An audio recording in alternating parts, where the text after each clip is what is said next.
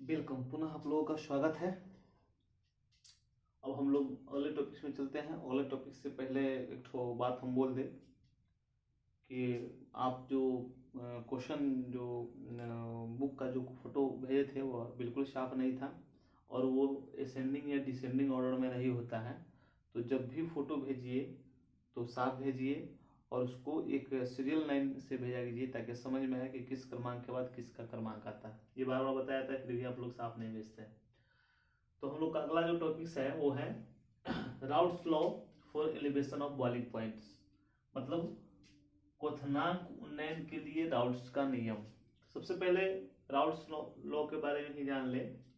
Routes law के बारे में पहले से भी हम लोग जान चुके हैं। तो नाम पर हम लोग चलते हैं। कहीं हिंदी में रावल लिखा होता है और इसको कभी कभी हम राउट्स बोलते हैं,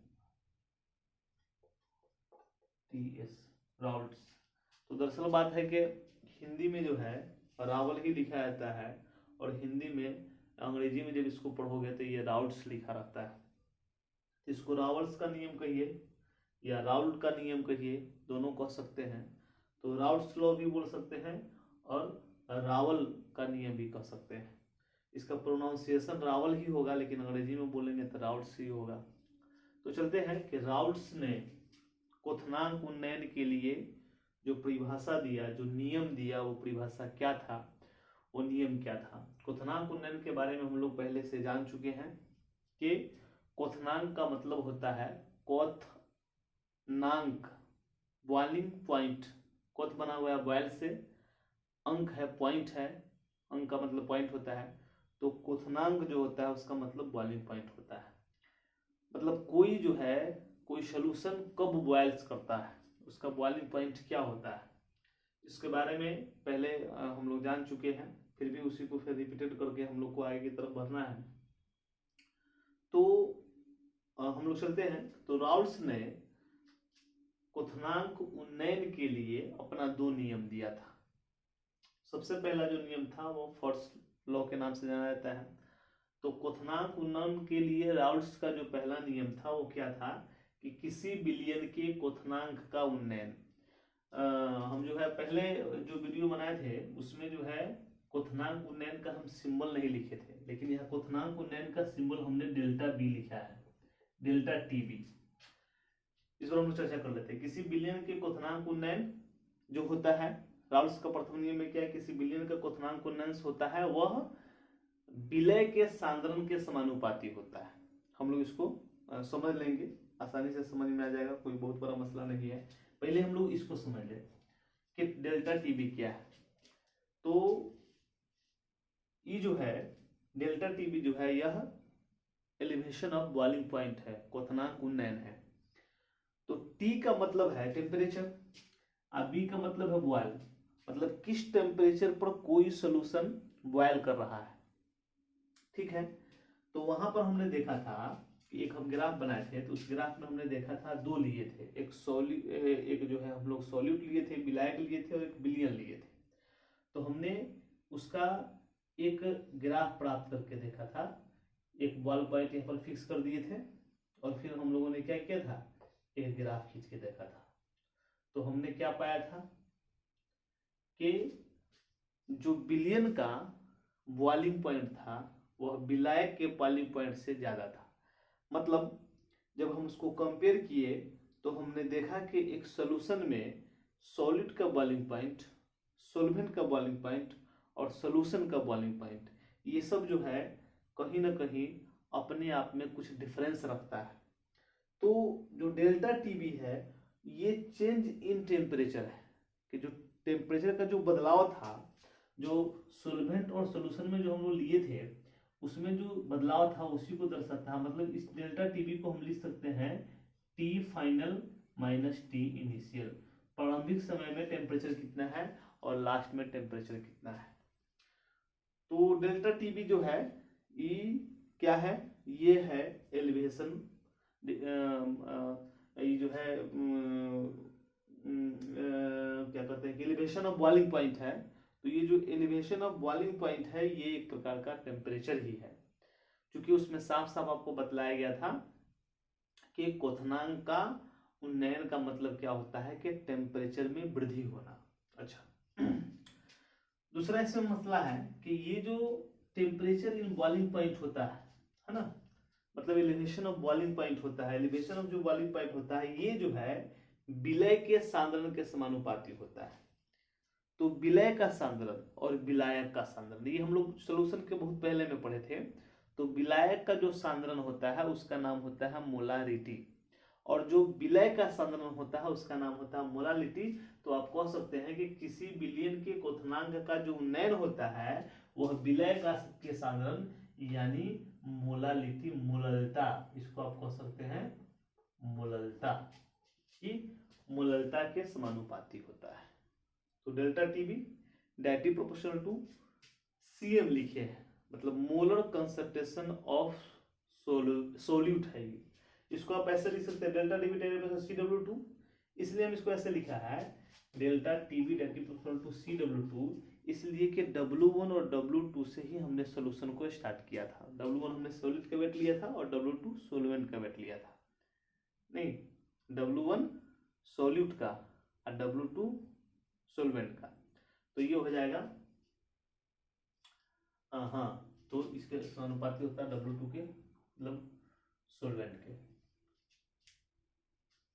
ठीक है, या इसको ऐसे ही लेके चले, कंसंट्रेशन जो है सीधा वहां पर चलेंगे तो एक्सप्लेन में हम लोग इसको समझ लेंगे। तो सीधा हो गया फर्स्ट लॉ में, फर्स्ट लॉ समझ में आ गया कि भाई सांद्रण का जो विलय का जो सांद्रण होता है वो सांद्रण क्वथनांक के उन्नयन के समानुपाती होता है, मतलब वो बढ़ेगा तो ये भी बढ़ता है, वो घटता है तो ये भी घटता है। कौन बढ़ किसका होगा? सांद्रण का। किसका सांद्रण? विलय के सांद्रण में जब बढ़ाव और घटाव होगा तो ये भी बदलेगा। राउट्स ने दूसरा नियम दिया था, सेकेंड लॉ। तो राउट्स का सेकेंड लॉ क्या था? राउट्स का सेकेंड लॉ था कि जब हम भिन्न भिन्न पदार्थ की मात्राएं एक ही विलायक की निश्चित मात्रा में अलग अलग घोली जाए तो सभी विलयन का क्वथनांक उन्नयन बराबर होगा। इसको बढ़िया से समझ लीजिए, पहले थोड़ा सा जो है जटिल है। कह रहा है कि भिन्न भिन्न पदार्थ की मात्राएं, आप जो है अलग अलग पदार्थ ले सकते हो। भिन्न भिन्न पदार्थ की मात्रा का मतलब है अलग अलग पदार्थ ले लेते हैं। जैसे मान लेते हैं कि हमने चीनी ले लिया, हम मान लेते हैं नमक ले लिया, हम मान लेते हैं और भी कोई चीज ले लेते हैं। भिन्न पदार्थ की मात्राएं हैं, जब हम एक ही विलायक में इसको घोलते हैं, हम मान लेते हैं 100 ग्राम विलायक है, इसमें इसको हम लोग घोल रहे हैं, इसको भी घोलेंगे, इसको भी घोलेंगे। घोलते हैं निश्चित मात्राएं में, अलग अलग घोली जाए, इसको अलग सोल्यूशन, इसका अलग सोल्यूशन बनाते हैं, तो सभी विलयन, एक विलयन ये होगा, एक विलयन ये होगा, सभी विलयन का जो क्वथनांक होगा, ये दोनों का जो क्वथनांक होगा डेल्टा टीबी इक्वल टू होगा डेल्टा टीबी के। ये हो गया आपको delta TB of water and salt and delta TB of sugar, दोनों आपस में बराबर होगा। लेकिन कब? जब भिन्न भिन्न पदार्थ की मात्राएं जो मिलाइएगा वह मात्रा का आणविक द्रव्यमान भी एक होना चाहिए, है ना, समान्विक होना चाहिए। इसका मोलकुलर मास अलग नहीं होना चाहिए, इसका मोल मास और इसका मोल मास दोनों का आपस में बराबर होना चाहिए तब। अब जैसे चीनी है, इसका मोल मास ज्यादा हो जाएगा, इसका मोल मास कम हो जाएगा, तो ऐसी स्थिति में मिलाएंगे तो दोनों का डेल्टा भी सेम नहीं होगा। मतलब ये जो है भिन्न भिन्न पदार्थ की मात्राएं एक ही विलायक की एक निश्चित मात्रा में अलग अलग घोली जाए तो सभी विलयन का क्वथनांक उन्नयन बराबर होगा। लेकिन ये जो भिन्न भिन्न पदार्थ की मात्राएं होगी वह सम आणविक होगी, उसका आणविक द्रव्यमान क्या होगा? एक ही होगा। तो हम लोग इसको फिर चलते हैं, थोड़ा सा इसको और एक्सप्लेन करते हैं। ठीक है, ये दूसरा हम लोग समझ गए। दो समझे, एक समझे कि कंसंट्रेशन के समानुपाती होता है डेल्टा बी, दूसरा समझे कि डेल्टा बी जो होता है जब हम किसी विलायक में भिन्न भिन्न प्रकार के पदार्थ मिलाएंगे तो सब जो सोल्यूशन बनेगा भिन्न भिन्न प्रकार का सभी सोल्यूशन का जो डेल्टा टीबी होगा, मतलब एलिवेशन इन बॉइलिंग पॉइंट होगा, वह जो है इक्वल टू होगा। लेकिन कब? जब वो सब आणविक होगा तब। अब जो है हम लोग इसको चलते हैं कि क्वथनांक उन्नयन से मोलकुलर मास कैसे निकालेंगे, आणविक द्रव्यमान कैसे निकालेंगे। तो ये जो हमको सूत्र आया है इसको हम थोड़ा समझ लीजिए, delta TB equal to KB CM आया है। ये तो आप समझ में ऊपर से लेते हैं, ऊपर से लेते हैं first law delta TB that is proportional to CM. तो डेल्टा टीबी इसको हटाएंगे तो बराबर से और कांस्टेंट से गुना करेंगे तो केबी से गुना कर दिए। कौन? बॉइलिंग पॉइंट कांस्टेंट है ये, ठीक है ना, बॉइल कांस्टेंट है। क्वथनांक नियतांक हो गया। तो अब ये जो सीएम है इसको हम तोड़ेंगे केबी।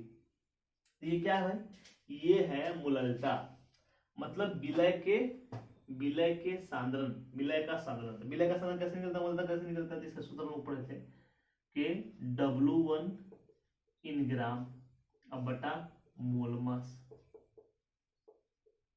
अब मोल मास में साथ में W2 से गुना कर दीजिए, ये भी इन ग्राम, ऊपर में कितना से 1000 से।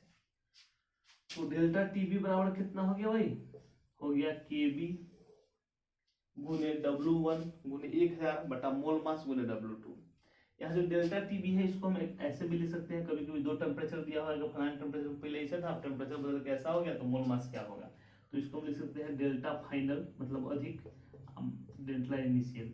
इसको लेने का तरीका है तो अधिक वाला को रख क्या कम वाला घटाइएगा, टेम्परेचर इन केल्विन होगा, केल्विन में इसको लेना है। केबी है बॉइलिंग पॉइंट कांस्टेंट है, इसको आपको निकालना है, एक तरह का कांस्टेंट है, गुने W1 मतलब ये सॉल्यूट का वेट है जो कम मात्रा में मिला होगा, गुने 1000। अब भाई मोल मास है, ये मोल मास ऑफ सॉल्यूटे है, इसी का मोल मास होगा, गुने W2 है, ये जो विलायक होगा उसका मास है, उसका वेट है। मोल मास निकालने का तरीका है कि सभी जो है मास नंबर को क्या करते हैं, जोड़ देते हैं। तो इस तरह से हमारा एक सूत्र जो है व्युत्पन्न हो गया। हम इसका प्रयोग करके आसानी से इसमें मोल मास आणविक द्रव्यमान हम लोग ज्ञात कर सकते हैं। ये आणविक द्रव्यमान हम लोग को ज्ञात करना है। तो यहाँ पर देखिए टेम्परेचर है, इसका केल्विन हो जाएगा, वेट है इसका W1 है, इसका ग्राम या केजी है, देखिए ग्राम या केजी है, इधर दोनों मिला के मोल रहता है, क्या ऐसा केजी हो जाता है। मतलब अगर हम जो है डेल्टा टीबी का मात्रक भी निकालना चाहे तो हम आसानी से निकाल सकते हैं। कैसे? तो डेल्टा टीबी इक्वल टू केबी गुने W1 इन ग्राम गुने 1000 अपॉन मोल मास गुने W2। तो देख लो ये टेम्परेचर है, इसका केल्विन है, आपको पता है। ये जो केबी है इसको हमको निकालवे करना है। ये जो W1 है, W1 अपॉन मोल मास, इसको हम लोग पूरा को मोल कहते हैं, पूरा मोल हो गया। 1000 का कुछ होबे नहीं करेगा, नीचे बचेगा W2, तो वेट ऑफ सॉल्वेंट है तो ये केजी होता है। क्या जो लीजिए केजी ग्राम, तो क्या कॉरेस्पॉन्डिंग गुना कीजिए तो क्या हो जाएगा, केबी गुने mole equal to KG kelvin, और केबी का जब मात्रा निकलेगा तो क्या मोल इनवर्स हो जाएगा, मोल पर मोल केजी केल्विन। इसका मतलब हो गया ना, निकल गया आसानी से। इसी तरह से सबका निकाल सकते हैं। तो हमको लगता है कि प्रथम द्वितीय नियम और जो है एलिवेशन ऑफ बॉइलिंग पॉइंट निकालने का जो रूल्स है वो आपको समझ में आया होगा। बाकी जो समस्या होगी आप हमको बतलाओगे। धन्यवाद।